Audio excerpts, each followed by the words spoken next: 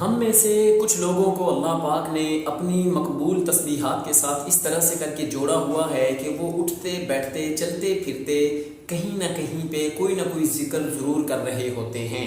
سبحان اللہ کا ذکر چل رہا ہوتا ہے، الحمدللہ کا ذکر چل رہا ہوتا ہے، تیسرے کلمے کا چل رہا ہوتا ہے، پہلے کلمے کا چل رہا ہوتا ہے، درود شریف کا چل رہا ہوتا ہے، استغفار کا چل رہا ہوتا ہے، یہ طرح طرح کے وظائف چل رہے ہوتے ہیں۔ تو آج ہم یہ اس ویڈیو میں جانیں گے کہ آیا ہم کون سی تسبیح بغیر وضو کے کر سکتے ہیں اور کون سی تسبیح بغیر وضو کے نہیں کر سکتے۔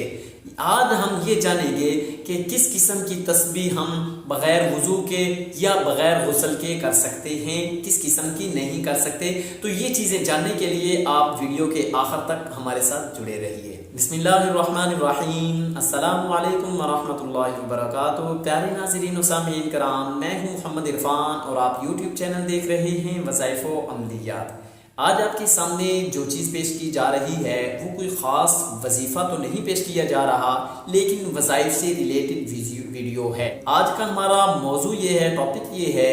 کہ ہم میں سے اگر کسی شخص نے کوئی عمل کرنا ہے، کوئی وظیفہ کرنا ہے، کوئی تسبیح کرنی ہے اور بار بار وضو ٹوٹ رہا ہے یا وضو کرنا مشکل ہے یا ایسی کنڈیشن آ چکی ہے کہ اس میں ہم نے وہ وظیفہ کمپلیٹ کرنا ہے، تسبیح کمپلیٹ کرنی ہے یا کچھ بھی پڑھائی کرنی ہے، تو اس میں ہمیں وضو کی ضرورت پڑ جاتی ہے، وضو کی نوبت آ جاتی ہے۔ تو پھر ہم ایسے میں کیا کریں جبکہ وضو ہمارے لیے کچھ مشکل ہے؟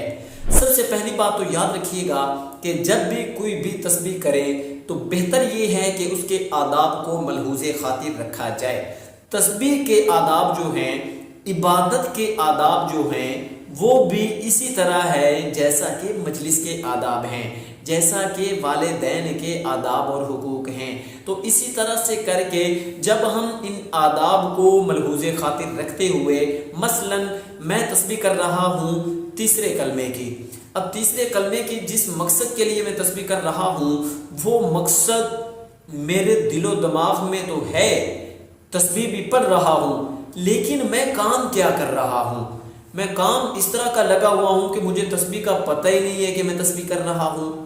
تو جب ایسے کام میں پتہ ہی نہیں تسبیح کا، تو پھر پاکی ناپاکی کی تو بات ہی دور ہو گئی نا۔ تو اس لیے اس کا ادب یہ ہے، اس کا حق یہ ہے تسبیح کا کہ میں باوضو ہو کے، باغسل ہو کے، خشوع خضوع کے ساتھ ایک سائڈ پہ بیٹھ کے یہ تسبیح پوری کروں۔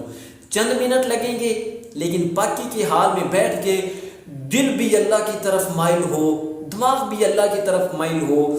اور ایسے تسبیح کی جائے کہ گویا کہ اللہ پاک ہمارے سامنے ہیں، ہم اللہ کے سامنے ہیں، ہم اللہ کو دیکھ رہے ہیں، اللہ پاک ہمیں دیکھ رہے ہیں۔ کوئی بھی تسبیح ہو تو ایسی حالت میں کرنی چاہیے، کوئی بھی عبادت ہو تو ایسی حالت میں کرنی چاہیے۔ اب رہی بات کہ وضو اور بغیر وضو کے کس قسم کی تسبیح کی جا سکتی ہے، قرآن پاک کی جتنی بھی آیات ہیں ان کو آپ زبانی پڑھ سکتے ہیں، بغیر وضو کے پڑھ سکتے ہیں۔ اس کے علاوہ بہت سی چیزیں ہیں، آپ ذکر اذکار بغیر وضو کے کر سکتے ہیں۔ قرآن پاک کو مجبوری کے تحت قرآن کو ہاتھ لگا سکتے ہیں، ورنہ غسل کرنے والا شخص جس پہ غسل واجب ہو نہ وہ مسجد جا سکتا ہے، نہ وہ قرآن کو ہاتھ لگا سکتا ہے، اور نہ ہی اسی طرح سے کر کے قرآن کے اندر سے موجود قسم کی دعاؤں کو تسبیح میں پڑھ سکتا ہے۔ ہاں، اگر غسل ہے لیکن وضو نہیں ہے تو پھر ایسی کنڈیشن میں